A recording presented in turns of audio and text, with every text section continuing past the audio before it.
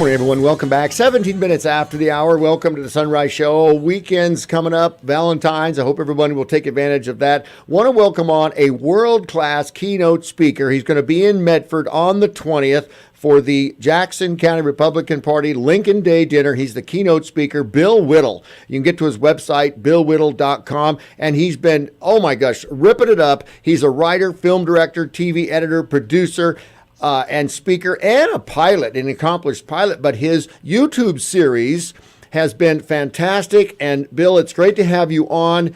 Afterburner and everything else. Thank you so much for joining us this morning. What are we going to do, we Americans, with the Democrat debate, the divisiveness is so far left and right. And I say all the time to elected officials, are you going to be a uniter or are you going to be a divider? Bill? Well, funny you should mention uniter and divider, because obviously Barack Obama was elected on being the great uniter. You know, he basically just sold it. We'll get past race relations in this country if only we show how unracist we are by electing a black president. And I think the first thing I remember him doing was saying, you know, that the police acted stupidly when the guy was Harvard professor was breaking into his own window at his house and stuff. It was 4 months into his presidency, and since then, it's been nothing but division. It's been nothing but ginning up this general rage. So it puts the Democrats in kind of a tough position, doesn't it? I mean, everybody knows the country is disgusted. The only reason that Bernie Sanders and Donald Trump are as popular as they are is because they're outsiders. The people are just disgusted. They're past angry. They're disgusted with the system. And that's kind of tough if you're a Democrat because, you know, I heard Bernie, one of his speeches said, you know, it's time for change in America. It's like, well, we just bought your change. We bought 8 years of your hope and change. Right. What, we have to change back now, or you want to go further, I guess? Huh? We just didn't quite get there yet. You know, it's interesting, Bill. One of the quotes that I use on the air is, the danger to America is not Barack Obama, but a citizenry capable of entrusting an inexperienced man like him with the presidency. So, you know, it goes on, but how do we help people who are scared to vote and are scared of the results and simply don't know the information? They don't know the answers. How do we help them with that? Well, first of all, you hit it just exactly on the head. What you said was exactly right. And then, look, I mean, I was saying this in the last two election cycles. This cycle is going to be different. I wasn't going to take like a machine cookie cutter kind of, you know, GOP candidate who once again would just go out there and lose without changing anything. So obviously, you know, we have a primary system, and the whole purpose of the primaries is to pick who we want for the nominee. I have to tell you, the one thing I'd like to see happen right away, Craig, is this rhetoric, not only between the candidates, but between the supporters of the candidates. We're all Republicans and conservatives. We've been trying to fight things like, you know, Obamacare for 8 years.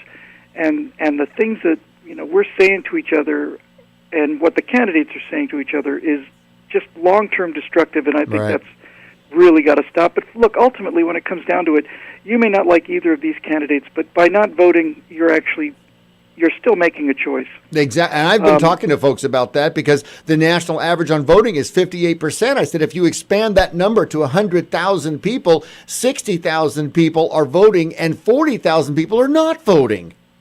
Right. And so it shows you that small numbers of people, because the margins are only usually a point or two, right? I mean, Obama won by 2 points in 2012, mostly because so many conservatives sat home for Romney. Right.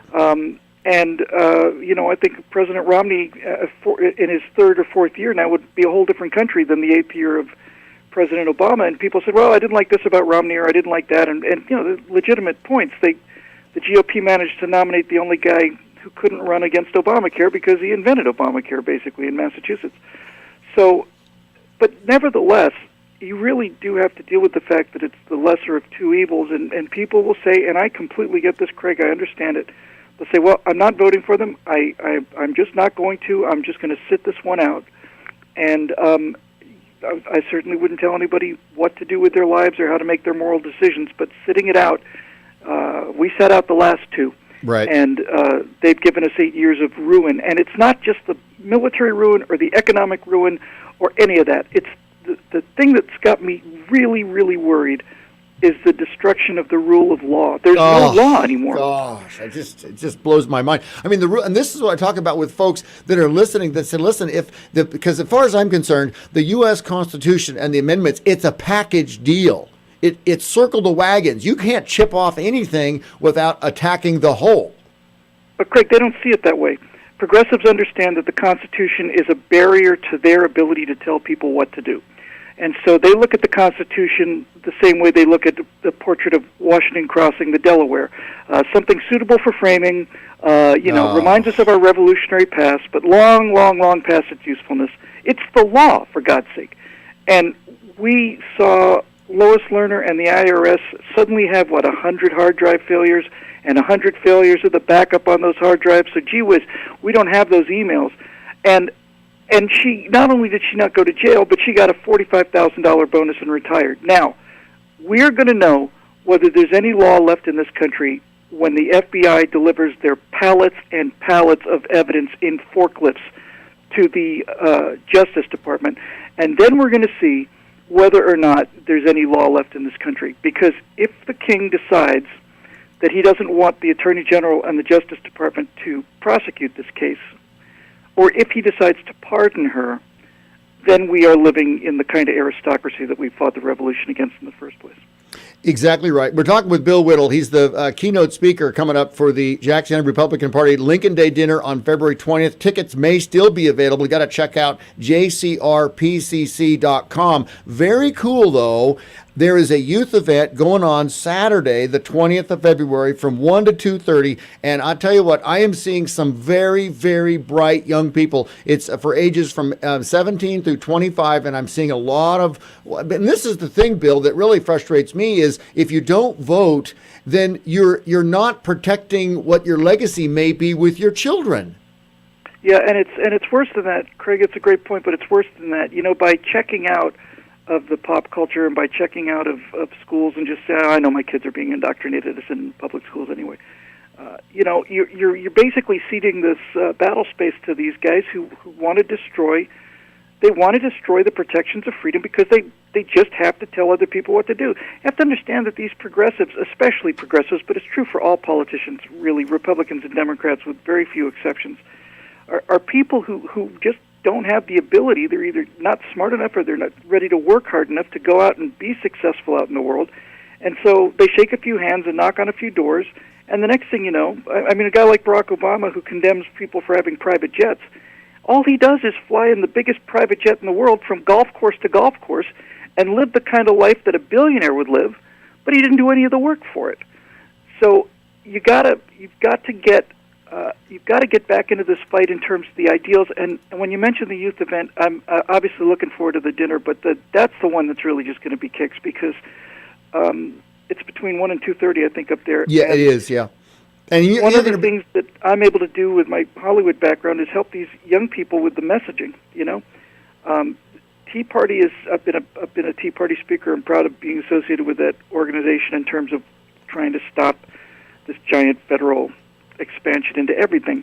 But if you say those words to a 15, 16, 17-year-old, they think it's four old ladies sitting around a table. You've got to really change the language. Technically speaking, Craig, if you really want to get down to it, the Tea Party was a bunch of frat boys who got all liquored up because somebody started charging them for the Wi-Fi, and they just went in and trashed the place because they were paying. They had to start paying for something that used to be, free. Right. And when you say something like that, it allows them to reimagine it in a way that they can connect to. And somebody said, "We want to start a Tea Party group at school. What should we call it?" I said, "You should call it the Rebel Alliance." And this was about 3-4 years ago now, well before the Star Wars reboot.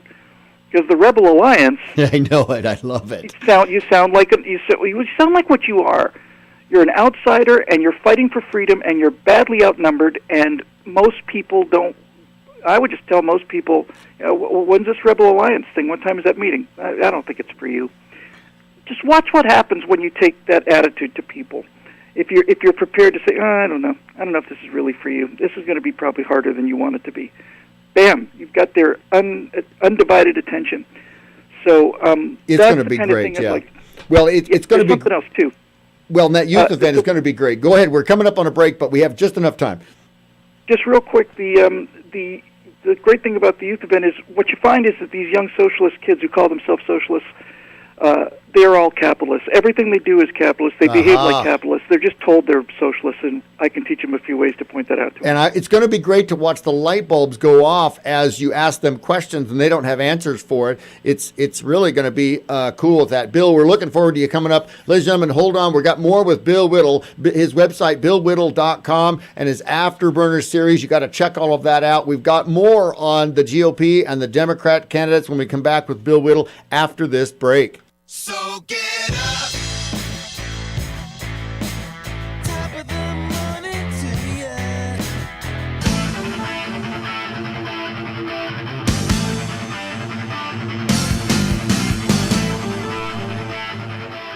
Good morning, everyone. 32 minutes after the hour. Welcome back to the Sunrise Show. Continuing with Bill Whittle, featured keynote speaker coming into town for the Jackson County Republican Party Lincoln Day dinner. You can get to his website, BillWhittle.com, and he's been shaking up conservatives all around the nation, speaking at Tea Party events. He's a author and a film director and a extinguished pilot as well. And you know, Bill, we talked about this related to the Constitution and the Declaration of Independence and this life, liberty, and the pursuit of happiness, and this issue of that to secure these rights, governments are instituted among men, deriving their just powers from the consent of the governed, that whenever any form of government becomes destructive of these ends, it is the right of the people to alter or to abolish it.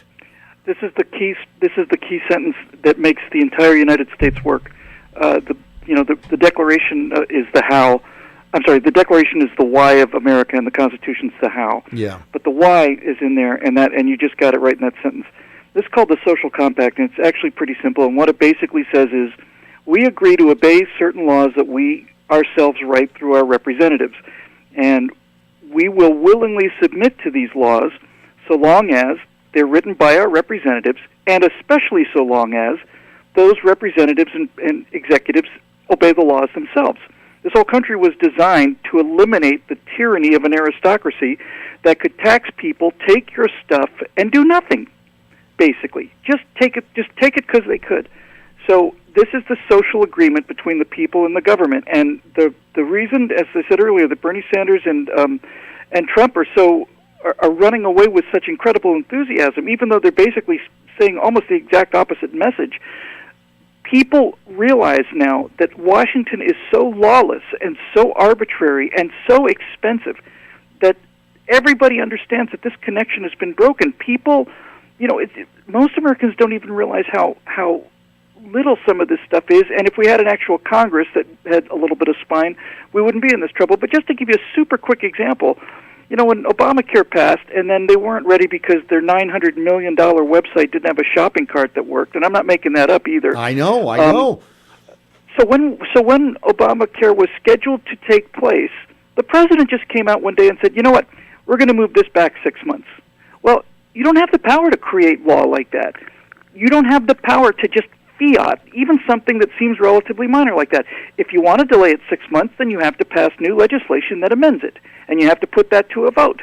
And when we tolerate this, then we're just sending all these signals to Washington that you can get away with anything. And if Lois Lerner can get away with weaponizing the IRS against half of this country, probably more when you get right down to the ethics of how people feel, then and her punishment is a retirement bonus of $45,000. What do you think that tells the people in Washington? It tells them they can get away with whatever they want. And this is why Hillary Clinton put all of these above top secret emails on her server. She did it to protect herself and the from Clinton Freedom Foundation, of Information right? request, and to cover the corruption at the Clinton Foundation. But the main point is she did it because she thought she could get away with it.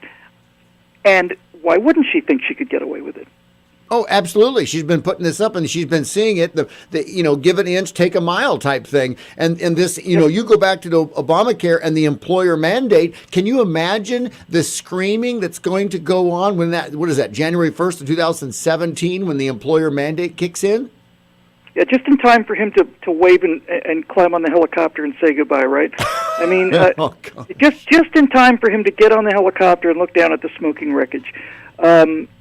Yeah, this is bad, and so look, I understand there's a lot of despair out there, and I understand a lot of Republicans especially are like, I don't know, there's nobody in this race I particularly like, but the thing we cannot really stand is we cannot this country. I know this country's this country can survive anything, but 4 years of an actual, honest to God, socialist or a treasonous felon who's got this much corruption before she gets into office, there are alternatives that are better than that, even if you don't particularly like them. Well, there is. And it's just, I always say, I've been saying that we as Americans have lost the ability to negotiate. There's so much intolerance. Can you just back off a little bit?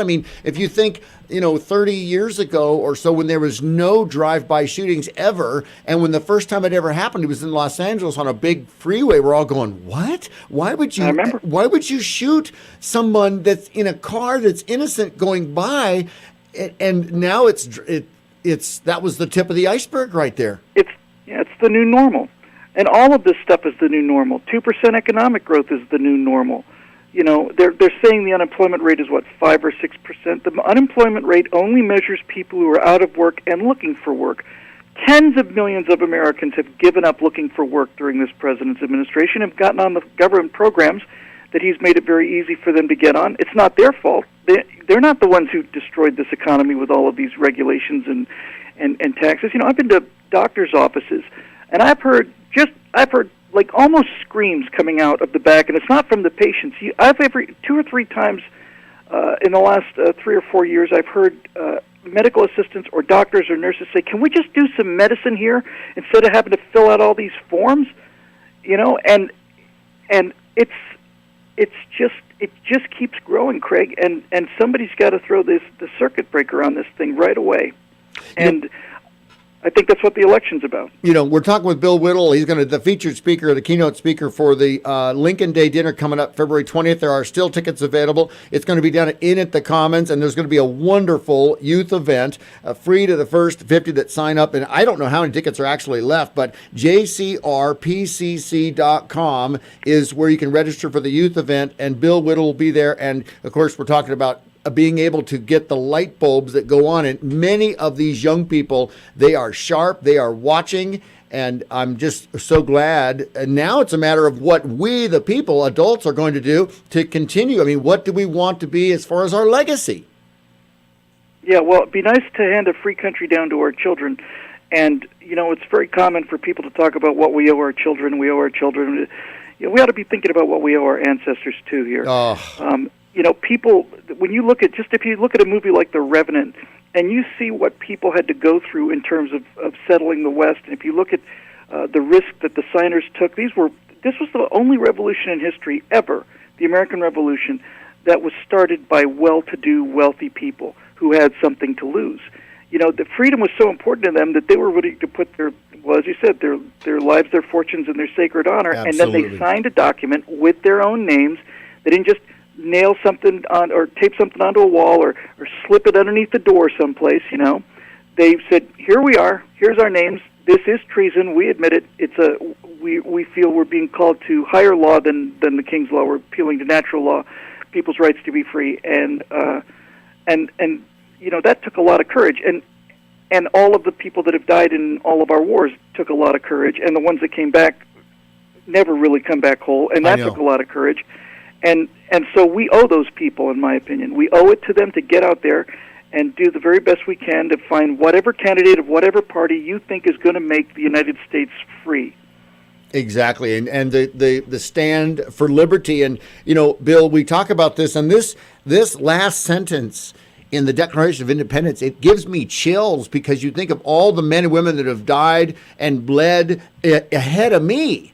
And you think of these 56 men who signed this, and they hammered this out. This is what I don't get with the Constitution and the Declaration, especially the Constitution. It was hammered on for almost 2 years before they were able to get each word in there exactly like they wanted. And this last line, and for the support of this declaration with a firm reliance on the protection of divine providence. They absolutely knew without question. In fact, those huge words in the U.S. House of Representatives, "In God we trust." And those men and women, they stand there with that incredible, enormous, gorgeous American flag, and they do what they do, and they say what they say. And not all of them are bad people, but they have this oath of office. And I think Americans wish they would just stand up to their oath of office. That's what I was talking about a minute ago. It's the social compact. We agree that we'll allow you to put laws over us and that you'll take our money in taxes at gunpoint, but in exchange for this, we expect you to be lawful as well. And when they're not, then the whole thing sort of breaks down. What you're talking about with the firm belief in providence is really pretty simple. This form of government that we've inherited is only applicable to a virtuous people, and the reason is because the United States is predicated on the idea that we should leave you alone and that you have an internal governance of your behavior, which is your conscience, your belief in God, whatever it happens to be. But you have to be a virtuous person to live in a free society, because if you're not, then we have to put all these laws on top of you. And when I talk to young people, I say, look, virtue is very simple. It just means don't be a jerk. Don't hit somebody, don't take their stuff, and do what you say you're going to do. Exactly. And every single law in the nation comes down to don't hurt somebody, don't take their stuff, and do what you say you're going to do. And if you do those three things, you can be left alone. But if you don't, then all of a sudden now you need policemen and you need wardens and you need prisons and you need guards and you need judges and you need courts, you need all this stuff. And if you get away from that fundamental understanding that it doesn't matter whether you can cheat or not, you're not supposed to cheat. Because if everybody turns into a cheater, Craig, then the state has to become more powerful.